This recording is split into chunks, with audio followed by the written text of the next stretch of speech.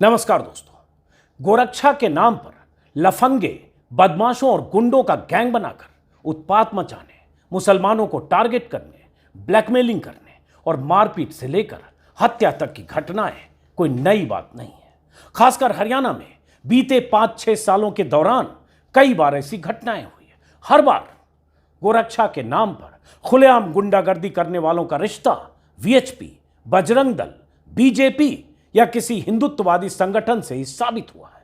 हर बार ऐसे गुंडों की पुलिस से मिली भगत के सबूत भी मिले हैं और सरकार की तरफ से ऐसे गिरोहों को मिली छूट की खबरें भी आती रही है। 2 दिन पहले हरियाणा में ही 2 युवकों को मार डालने की घटना के बाद फिर हंगामा मचा है। मरने वाले जुनैद और नासिर नाम के 2 मुस्लिम युवक हैं। दोनों राजस्थान के रहने वाले थे। दोनों की लाश एक जली हुई कार में हरियाणा के एक गांव में मिली है और दोनों मुस्लिम युवकों को मारने का आरोप तस्वीर में दिख रहे हैं इस लड़के के गैंग पर लगा है। एफआईआर दर्ज हो गई है। पुलिस इसकी तलाश कर रही है। पकड़ में यह अभी तक आया नहीं है, लेकिन चैनलों को इंटरव्यू देकर खुद को बेगुनाह साबित करने में जुटा है। कोई आश्चर्य नहीं कि ऊपर ही ऊपर इसकी साहब लोगों से सेटिंग भी हो रही हो। गोरक्षा के नाम पर हिंसा और मारपीट के आरोप हरियाणा के इस लड़के पर पहले भी लगते रहे, लेकिन आज तक इसका कुछ बिगड़ा क्यों नहीं है? किसकी सरपरस्ती में यह इतना बेलगाम हो गया है, यह भी हम आपको बताएंगे। सिलसिलेवार ढंग से सुनिए और समझिए। इसमें कोई शक नहीं कि मोदी राज में मुसलमानों से नफरत करने वाली हिंदुत्ववादी ताकतों के हौसले इतने बुलंद हैं कि उन्हें लगता है कि उनकी सेहत पर कोई फर्क नहीं पड़ेगा अगर कोई गुनाह करेंगे तो भी। यही वजह है कि ऐसे लफंगे टाइप के लड़के गोरक्षक बन गए हैं। स्क्रीन पर दिख रहा ये लड़का भी खुद को गोरक्षक कहता है और हथियारों की ऐसी नुमाइश करते हुए तस्वीरें पोस्ट करता है, तरह तरह के हथियारों के साथ, पिस्टल, रिवॉल्वर, अत्याधुनिक हथियार। 50 से ज्यादा लड़कों का गैंग बनाकर गोरक्षा के नाम पर यह लड़का वो सब करता है जो गैर कानूनी है, अपराध है और इसे सजा का भागीदार बनाता है। लेकिन इसका कभी कुछ बिगड़ता नहीं है क्योंकि इसके सूबे में बीजेपी की सरकार है और यह कथित गोभक्त है, गोरक्षक है। कहीं से गोरक्षक लग रहा है आपको?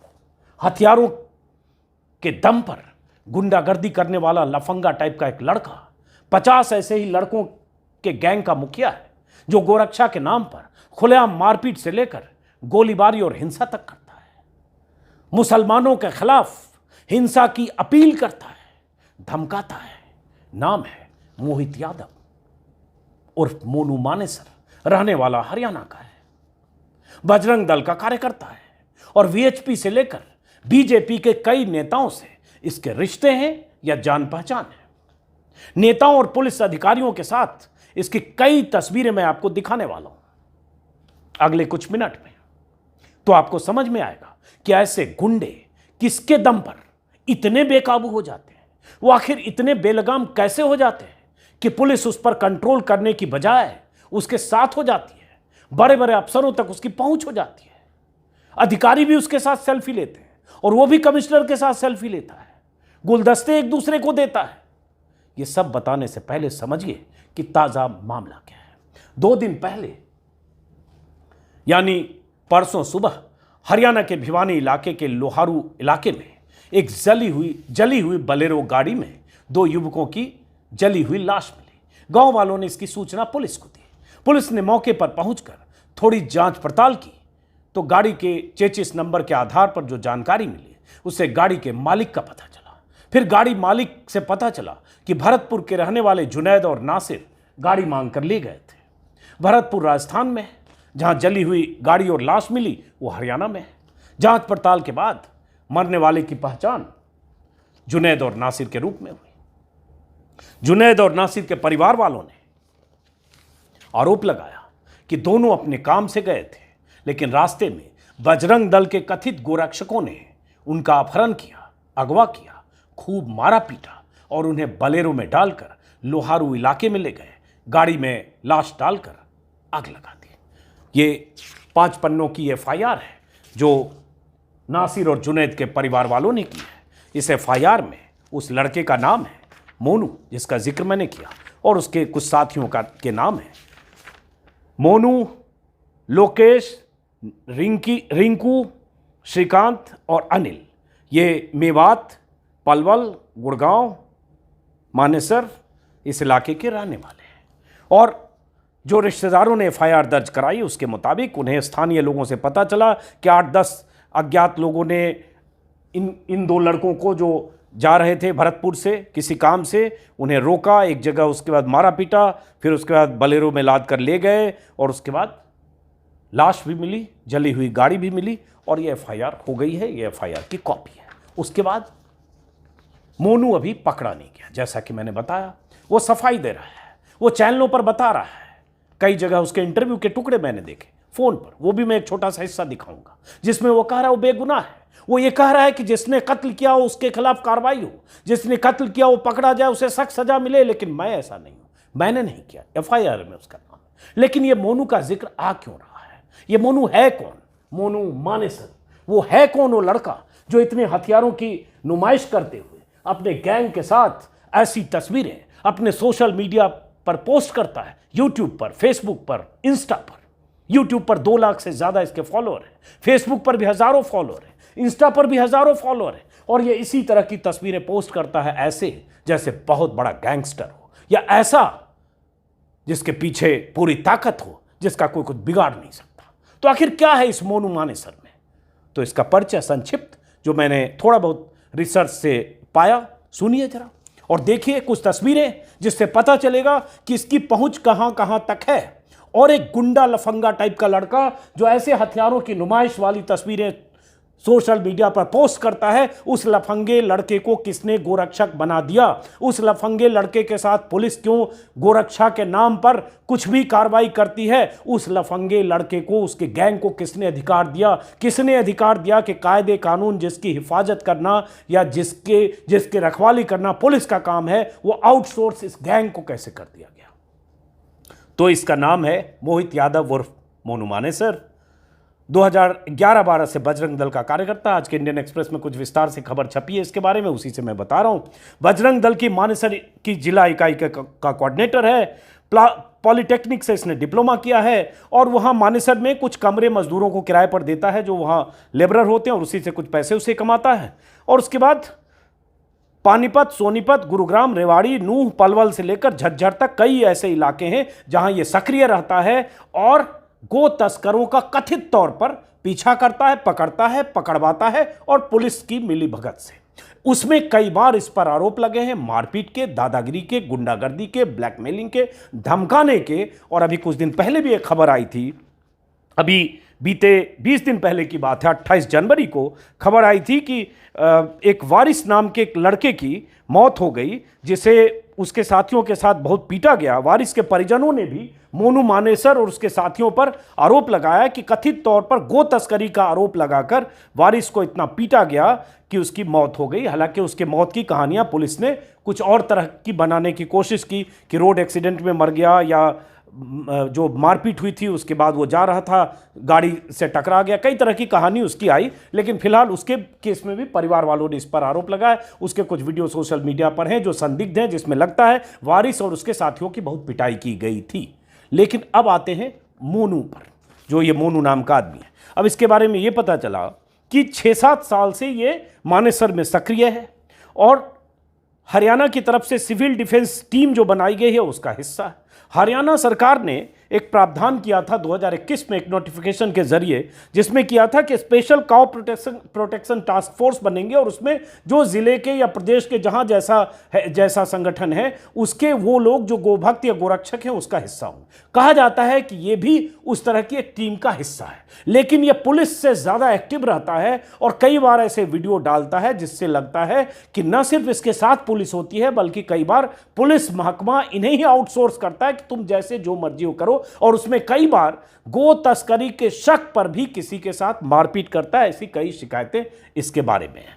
अब आगे कुछ बताने से पहले मुसलमानों के प्रति इसके मन में क्या भाव है और किस तरह की सभाएं या पंचायतों में ये भाषण देता है, उसकी भी कुछ जानकारियां हैं। और उसके बाद इसके साथ की कुछ तस्वीरें दिखाता हूं। क्या देखना चाहेंगे? पहले नफरत इसके दिमाग में जो है वो पहले कुछ लाइन बताता हूं और फिर कुछ तस्वीरें, जिससे आपको पता चलेगा कि इसकी पहुंच कहां कहां तक है और क्यों पकड़ा नहीं जाता रहा है इतने आरोपों के बाद, और आज भी क्यों लगता है ये बच जाएगा। तो मैं इसका एक वीडियो देखा मैंने, ये ऑल्ट न्यूज़ की रिपोर्टर हैं सिंजनी मजूमदार, उनकी रिपोर्ट है। उसमें एक हिंदू महापंचायत हुई थी पटौदी में 2021 में। चूंकि ये जो गोरक्षा और गो तस्कर, ये सीधे हिंदू मुसलमान का मामला है, जानबूझकर टारगेट करने के लिए। हालांकि गो तस्करी होती भी है। अगर गो तस्करी होती है और गो तस्कर हैं तो उन्हें गिरफ्तार करने, पकड़ने, सजा दिलाने, वो सारा काम पुलिस का है।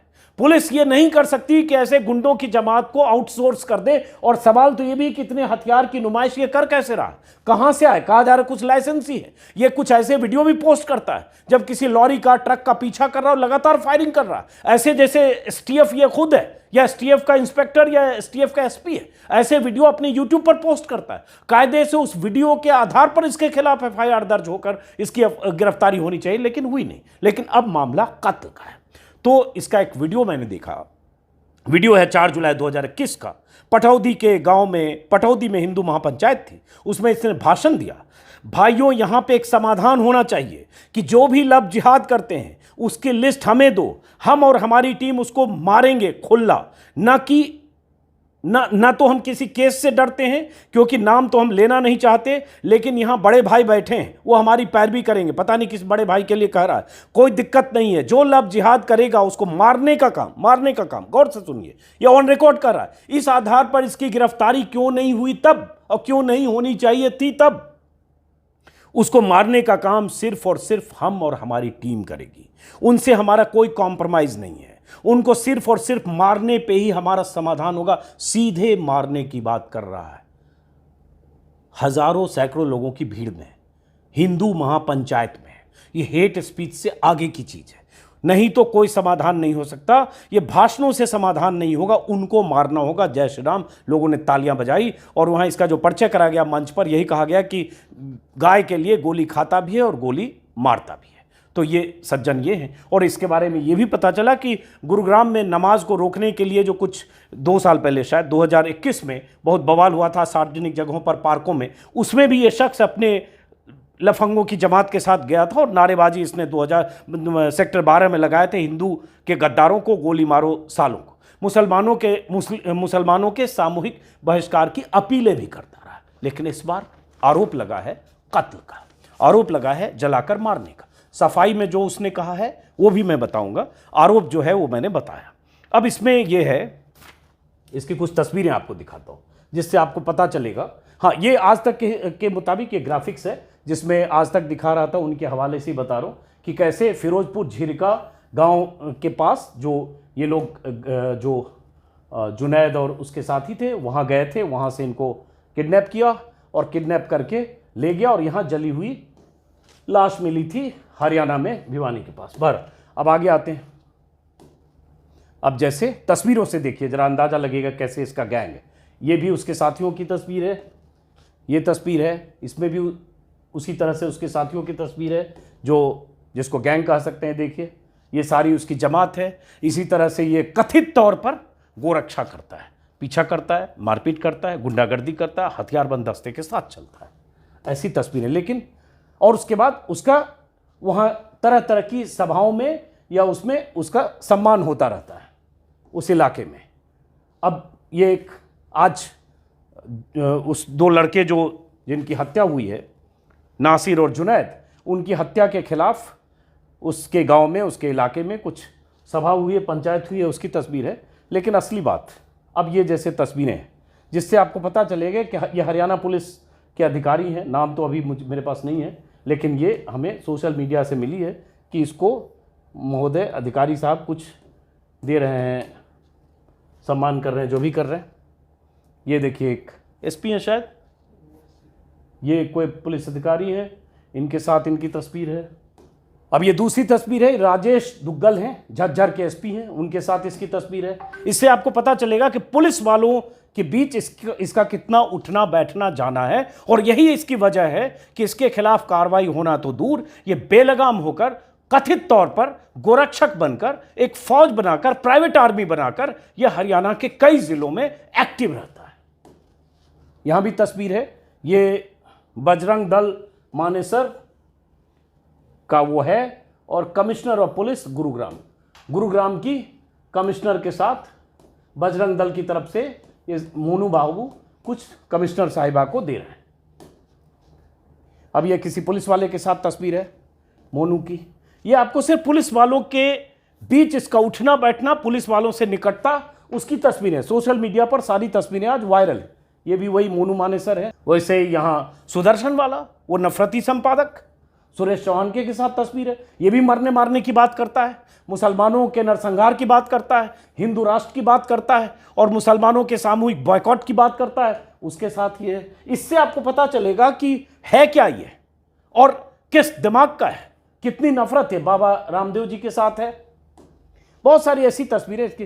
ये अब तो अरुण जेटली साहब का डेथ हो गई, लेकिन अरुण जेटली साहब के यहाँ भी गया है। ऐसी बहुत सारी तस्वीरें। ये उसका सोशल मीडिया प्रोफाइल है, ये सोशल मीडिया प्रोफाइल है। ऐसी बहुत सारी तस्वीरें उसकी, जिससे आपको लगेगा हाँ। अब एक ये भी हुआ कि कायदे से होना ये चाहिए कि मीडिया के लोग मोनू मानेसर की दादागिरी, गुंडागर्दी की खबरें पहले आती रही, अब हत्या का आरोपी है, उसके खिलाफ इतनी बातें की जा रही है, ऐसी ऐसी तस्वीरें, ऐसी ऐसी जानकारियां, पहले भी आरोप लगे।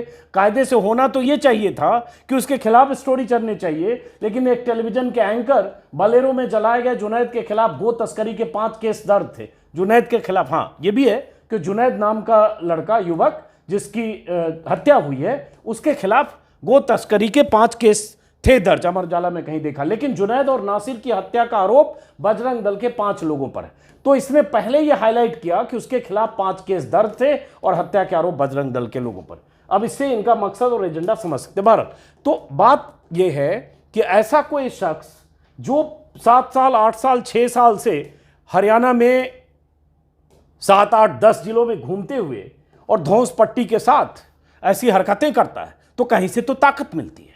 अब गिरफ्तारी कब होगी और उसके बाद जांच क्या होगी, जांच से कैसे क्या पता चलेगा, आगे की बात है। अभी उसका वीडियो कुछ देर पहले आज तक पे इंटरव्यू देख रहा था, जो अरविंद ओझा आज तक के संवाददाता हैं, फोन पर उनका वीडियो इंटरव्यू किया, उसका एक हिस्सा मैं आपको ये किसने दिया है? सरकार ने, हरियाणा सरकार ने किसने ठेका दिया है कि आप जो है रात में गौ तस्करों को पकड़े, उनके साथ मारपीट करें, फायरिंग करें?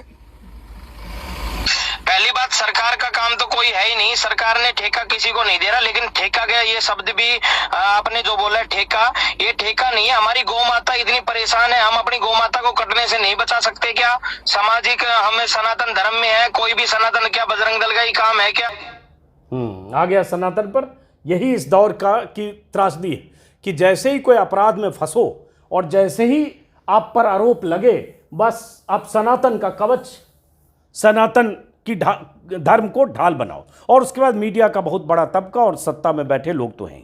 ये तब हो रहा है जब पंजाब हरियाणा हाई कोर्ट ने, मैं एक ऑर्डर देख रहा हूं, ये मई 2021 का, वैसे हाई कोर्ट ने कई बार अदालतों ने कहा है कि गोरक्षा का काम ऐसे गुंडे गोरक्षक को नहीं दिया जा सकता है। जो पुलिस का काम है वो पुलिस करे। उसी में कोर्ट का एक ऑर्डर देख रहा हूं मैं 4 मई 2021 का, कि गोरक्षक दलों कि घरों में घुसकर छापेमारी पर हाईकोर्ट ने उठाए सवाल, हरियाणा सरकार से मांगा जवाब और कहा निजी व्यक्तियों द्वारा कानून को अपने हाथ में लेकर घरों में घुसकर छापेमारी नहीं की जा सकती। यहाँ तो घर में घुसना तो छोड़िए, यह किसी भी हद तक आगे बढ़ता है और किसी भी हद तक कोई भी चीज़ कर गुजरता है। हिंसा मारपीट की कई घटनाएं और कई मामले इसके खिलाफ हरियाणा के 5-7 जिलों में लोग अक्सर चर्चा करते हैं। सिस्टम, पुलिस, सबको पता है। तो ये हाईकोर्ट का रुख, अदालतों का रुख, और ऐसे भी हाईकोर्ट कहे या ना कहे, यह तो सीधी सी बात है कि अगर गो तस्करी हो रही है तो उसे रोकने की जिम्मेदारी पुलिस की है। अगर कोई गो तस्कर है, उसे पकड़ने की जिम्मेदारी पुलिस की है। कोई भी गोरक्षक हथियारों का जखीरा जुटाकर 40, 50, 60 लोगों का समूह बनाकर, गुंडों की फौज बनाकर या प्राइवेट आर्मी बनाकर वो नहीं कर सकता है जो ये खुलेआम हरियाणा के कई जिलों में करता है, और डंके की चोट पर करके वीडियो भी अपने YouTube चैनल पर अपलोड करता है। तो उस आधार पर यह कानून अपने हाथ में लेकर खुद को पुलिस के बरक्स खड़ा करके वो सारे काम करता है जो पुलिस को करना चाहिए, और उसके वीडियो सबूत सामने होने के बाद भी कभी इसके खिलाफ कार्रवाई नहीं होती। अब मैं देख रहा था कि लगातार कई मामले, मतलब कई बार इस पर आरोप लगे हैं, और उन आरोपों के बाद भी कई बार आरोपों के बाद भी इसके खिलाफ कार्रवाई नहीं हुई। अब सवाल यही है कि अब जो ये 2 लड़कों की हत्या के बाद से लगातार बहुत सारे विपक्ष के नेता ये आरोप लगा रहे हैं कि जिस ढंग से जली हुई लाश बरामद हुई, जिस ढंग से उनको अगवा किया गया, 2 मुस्लिम थे, इसके पहले जैसा कि मैंने कहा 3 सप्ताह पहले भी एक लड़के को मारते मारते ऐसी स्थिति में पहुंचा दिया गया कि उसकी मौत हो गई। इसके पहले भी कई घटनाएं, आप पहलू से लेकर रकबर तक कई घटनाएं आप जानते होंगे। लिंच करके मार देने की घटनाएं अलवर और आसपास के इलाके में हुई है। और ये मेवात और नूह का जो इलाका है मुस्लिम बहुल इलाका है, वहाँ गोपालक भी हैं, हो सकता है कुछ गो तस्कर भी होंगे। मैं एक बार नहीं 100 बार कहूँगा, अगर गो तस्कर हैं, रोकने की जिम्मेदारी सरकार की है, न कि ऐसे लफंगों की फौज की। और होना तो ये चाहिए कि इसकी गिरफ्तारी भी हो और इसके सारे हथियार जब्त हों, और इसके साथ जो पूरा इसका कुनबा हो, सबके खिलाफ FIR दर्ज हो कि आखिर किस बिना पर ये इस तरह की हरकतें और गुंडागर्दी कर रहे हैं। तो फिलहाल चूंकि देश में माहौल ऐसा है, मुसलमानों के खिलाफ हिंदू राष्ट्र बनना है, हिंदुओं एकजुट हो जाओ के नारे बुलंद होते हैं, इसलिए ऐसे लोगों को हौसला मिलता है, आसानी से कार्रवाई नहीं होती है।